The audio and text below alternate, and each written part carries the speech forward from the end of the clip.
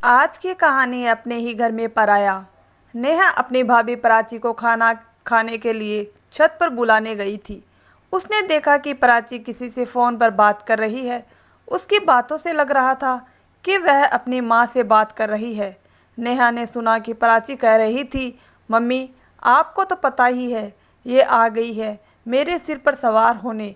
इसका तलाक हुआ है और मुसीबत मेरी बन गई है। पहले ही क्या घर में काम की कमी थी जो अब इस महारानी की भी सेवा करनी पड़ेगी। हाँ मम्मी आप सही कह रही हो, अब ऐसा ही करूँगी। नेहा की आंखों में आंसू आ गए।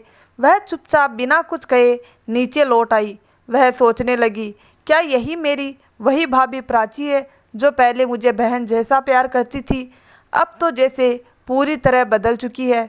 मेरा तलाक हुआ है, इसमें मेरी क्या गलती थी, ये बात तो उसे भी पता है। जब से मैं मायके आई हूँ घर के सारे काम संभाल लिए ताकि प्राची को मेरी मौजूदगी बोझ न लगे। प्राची तो सुबह 10 बजे से पहले उठती ही नहीं, यहाँ तक कि वह अपने पति अंकित का खाना भी नहीं बनाती। उसका खाना भी मैं ही पैक करती हूँ। भतीजे लक्ष्य को स्कूल छोड़ने से लेकर माँ की चाय बनाने तक सब कुछ मैं ही करती हूँ। फिर भी वह अपनी माँ से मुझे बोझ बता रही थी। कुछ देर बाद प्राची नीचे आ गई।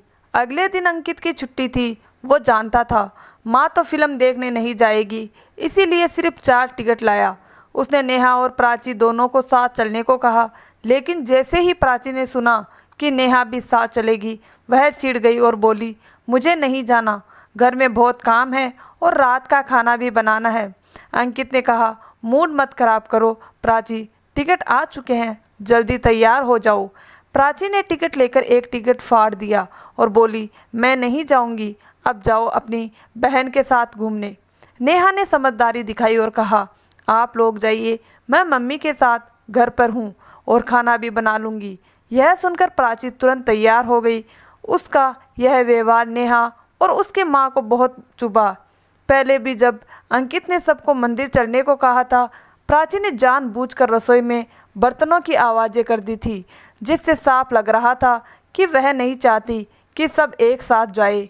भतीजा लक्ष्य जो अभी छोटा था लेकिन बहुत समझदार था, बुआ से बहुत प्यार करता था। एक बार उसने बाजार जाने के लिए बुआ से जिद की थी, लेकिन प्राची को ये पसंद नहीं था। उसने लक्ष्य को डांटते हुए कहा, तुझे भी घर पर रहना है बुआ के साथ। लक्ष्य ने मासूमियत से जवाब दिया, मत ले जाना मम्मी, जब भी मैं स्कूल से आता हूँ आप ही तो कहती हो कि बुआ से कह दो खाना खिला दे, यूनिफॉर्म बदल दे।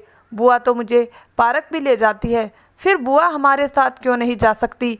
इस पर प्राची उसे थप्पड़ जड़ दिया। नेहा ने प्यार से लक्ष्य को समझाया, बेटा मम्मी से ऐसे बात नहीं करते, आज आप मम्मी पापा के साथ घूम आओ, कल हम दोनों चलेंगे।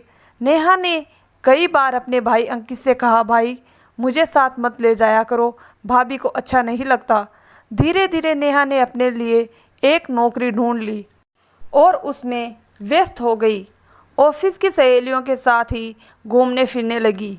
माँ उसकी दूसरी शादी के लिए लड़का ढूंढ रही थी और फिर उन्हें आयुष मिल गया। वह भी तलाकशुदा था। दोनों का विवाह साधारण तरीके से मंदिर में हो गया। अब जब भी नेहा अपने पति आयुष के साथ मायके आती, प्राची मीठी मीठी बातें करती कहती, नेहा अब की बार बहुत दिनों बाद आई हो, अब तो आती रहा करो, तुम्हारी बहुत याद आती है। नेहा मुस्कुरा देती थी, लेकिन मन ही मन सोचती, वाह भाभी, मुश्किल वक्त में आपने मेरे ही घर को मेरे लिए पराया कर दिया था, मुझे बोझ समझा था और अब मेरे पति के सामने मिठास घोल रही हो। आपके बदले बदले तेवर अब अच्छी तरह समझ में आ गए हैं। तो दोस्तों, इस कहानी से हमें यह सीख मिलती है कि तलाकशुदा या विधवा बेटी को घर में बोझ नहीं समझना चाहिए, वह भी सम्मान और अपनेपन की हकदार होती है। अगर आपको यह कहानी पसंद आई हो तो इसे ज़रूर लाइक करें, दोस्तों के साथ शेयर करें और चैनल को सब्सक्राइब करना ना भूलें। कल मिलेंगे एक और सच्ची और दिल छू लेने वाली कहानी के साथ। तब तक के लिए नमस्कार।